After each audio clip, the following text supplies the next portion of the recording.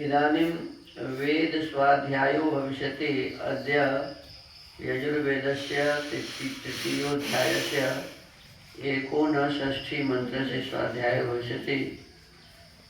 स्वाध्यायमानमन्त्रस्य भेषजमसि भेषजङ्गवे इत्येतानि प्रथमानि पदानि सन्ति।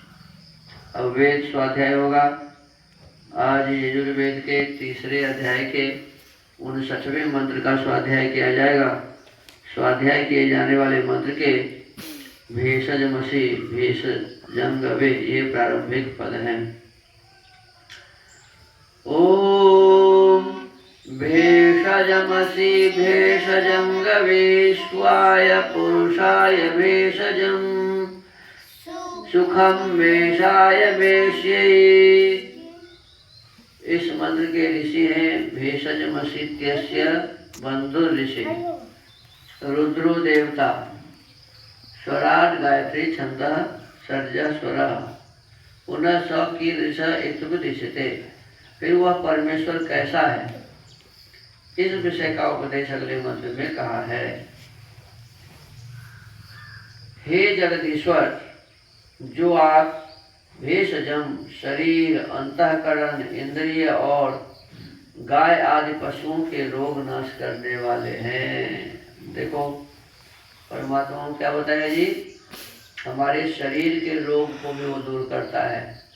हमारी जो अंतःकरण है, मन बुद्धि चित्त और अहंकार, उस मन बुद्धि चित्त अहंकार में यदि कोई बीमारी है, रोग है, तो उसको भी दूर करता है।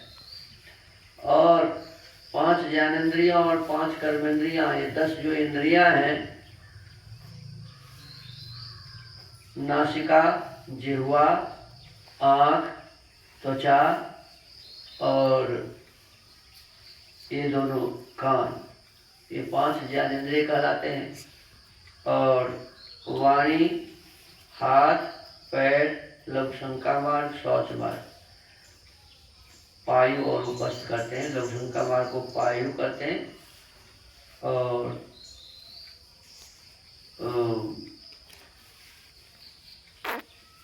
तो इस पायु और उपस्थ ये सब मिलकर के 5 कर्मेंद्रियां कहते हैं। तो 5 ज्ञानेंद्रियां और 5 कर्मेंद्रियां, ये सभी 10 इंद्रियों में यदि कोई रोग है तो कहते हैं कि वही जगदीश्वर इस रोग को दूर करने वाले हैं। और गाय आदि पशु जो हैं, पशुओं के रोग के भी नाश करने वाले हैं वो परम ब्रह्म परमेश्वर। भेषजम अविद्यादि क्लेशों को दूर करने वाले असी हैं। हमारे भीतर में जो अविद्या है, अविद्या, अस्मिता, राग, द्वेष और अभिनिवेश, ये 5 क्लेश हैं। इन क्लेश को भी परमात्मा ही दूर करते हैं। न हम लोगों के गवे, गौ आदि, अश्वाय, घोड़ा आदि, पुरुषाय, सब मनुष्य, मेषाय, मेढ़ा और मेषे, भेड़ आदि के लिए सुखम उत्तम सुखों को अच्छी प्रकार दीजिए। किसी मनुष्य का परमेश्वर की उपासना के बिना शरीर, आत्मा और प्रजा का दुख दूर होकर सुख नहीं हो सकता। इससे उसकी स्तुति, प्रार्थना और उपासना आदि के करने और औषधियों के सेवन से शरीर, आत्मा, पुत्र, मित्र और पशु आदि के दुखों को यत्न से निवृत्त करके सुखों को सिद्ध करना उचित है। देखिए, सब प्रकार के सुखों को प्राप्त करने के लिए, सब प्रकार के दुखों को दूर करने के लिए हमें क्या करना चाहिए? तो आप परमेश्वर की उपासना करनी चाहिए। परमेश्वर की उपासना करने से क्या होगा कि परमेश्वर की उपासना करने वाले का शरीर गंदा नहीं रहता है। और बीमारी किससे होती है जी? गंदगी से होती है। तो गंदगी हम दूर कर लेंगे, तो बीमारी रहेगी नहीं।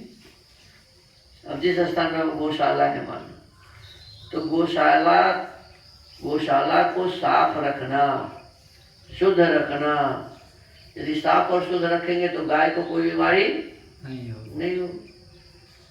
तो ये कार्य हमारे हैं और इस कार्य के करने का नाम ही ईश्वर की उपासना है। ईश्वर की उपासना का मतलब ये नहीं कि पूरा गंदगी लगा हुआ है वहां बैठो और ओम का जप शुरू कर दो।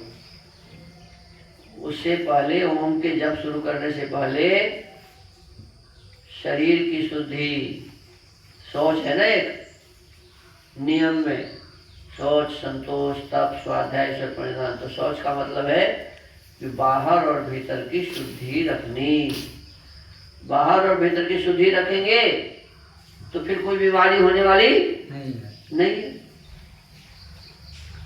तो हमको बहुत ध्यान से उस परमेश्वर की उपासना अर्थात उसके आदेश का पालन। परमेश्वर की उपासना का मतलब परमेश्वर के आदेश का हमें पालन करना चाहिए। तो आज के इस वेद स्वाध्याय को विराम देते हैं। ओम।